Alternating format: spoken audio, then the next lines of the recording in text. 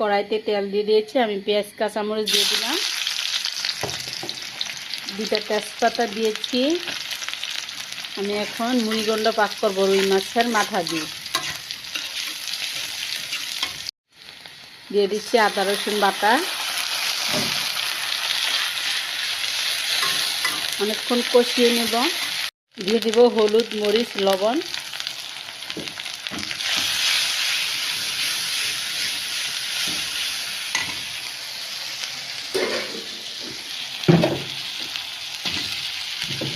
রুই মাছের মাথাগুলো দিয়ে দিলাম। ভালো করে মশলা দিয়ে কষিয়ে তারপরে ডালটা দিয়ে দেব। মুগ ডালটা দিয়ে রান্না করব। এই যে মুগ ডালটা আমি এখানে সিদ্ধ করছি। দেখবো মাছের মাথাটা সিদ্ধ হয়েছে কিনা। হ্যাঁ, অনেকটাই সিদ্ধ হয়ে গিয়েছে। এখন এই যে মুগ ডালগুলো আগে থেকে সিদ্ধ করে রেখেছি, এখন আমি দিয়ে দেব।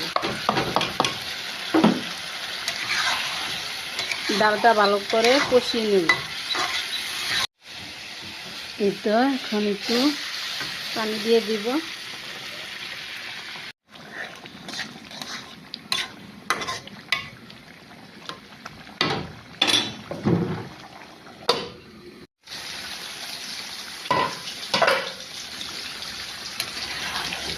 এই তো আমার মুগ ডাল দিয়ে মুড়িঘণ্ট রান্না হয়ে গেছে। এখন ধনিয়া পাতা দিয়ে চুলা থেকে উঠিয়ে নেব।